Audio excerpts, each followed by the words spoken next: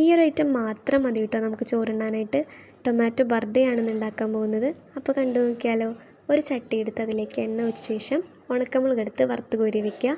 പിന്നീട് കുറച്ച് വെളുത്തുള്ളി ഇട്ട് കൊടുക്കുക. അതും ഇതുപോലെ വറുത്ത് കോരി എടുക്കുക. പിന്നെ വേണ്ടത് സവാളയാണ്. ഒരു സവാള കനം കുറഞ്ഞരിഞ്ഞ് ഇട്ട് കൊടുത്ത് അതും നന്നായി ഇതുപോലെ വറുത്ത് കോരി മാറ്റി വയ്ക്കുക. ഇനി എണ്ണയിലേക്ക് 2 തക്കാളി കട്ട് ചെയ്ത് ഇട്ട് കൊടുക്കണം. തക്കാളി നന്നായി മൊരിയിച്ചെടുക്കണേ. അടച്ച് വെച്ച് വേവിച്ച് കഴിഞ്ഞാൽ തക്കാളി പെട്ടെന്ന് വെന്തും മൊരിഞ്ഞും കിട്ടും കേട്ടോ. തക്കാളി മൊരിഞ്ഞ് വരുന്ന സമയം കൊണ്ട് സവാളയും ഉണക്കമുളകും വെളുത്തുള്ളിയും ഇതുപോലെ ഞെരടി വെക്കണം. തക്കാളി നന്നായി മൊരിഞ്ഞ് കിട്ടിയിട്ടുണ്ട്. ഇനിയിപ്പോൾ അതിൻ്റെ തൊലിയില്ലേ അതങ്ങോട്ട് മാറ്റി കൊടുക്കാം. ഇനി ഇത് എണ്ണയിൽ നിന്ന് കോരി ആ സവാളയുടെ കൂട്ടിലേക്ക് ഇട്ട് കൊടുക്കാം. എന്നിട്ട് നന്നായി ഞെരടി കൊടുക്കുക. ചൂടാറിയതിനു ശേഷം കൈകൊണ്ട് നന്നായിട്ട് ഞെരടി കൊടുക്കുക കേട്ടോ. ഇനി അതിലേക്ക് ഉപ്പിട്ട് കൊടുത്ത് വീണ്ടും ഞെരടി കൊടുക്കുക. മല്ലിയില ഉണ്ടെങ്കിൽ അതും കൂടി ചേർക്കാം കേട്ടോ. എന്നിട്ട് നമ്മൾ നേരത്തെ തക്കാളി പൊരിച്ച് വെച്ച ആ എണ്ണയിൽ അതും കൂടി ഇതിലേക്ക് ചേർത്ത് നന്നായിട്ട് ഞെരടി കൊടുക്കുക.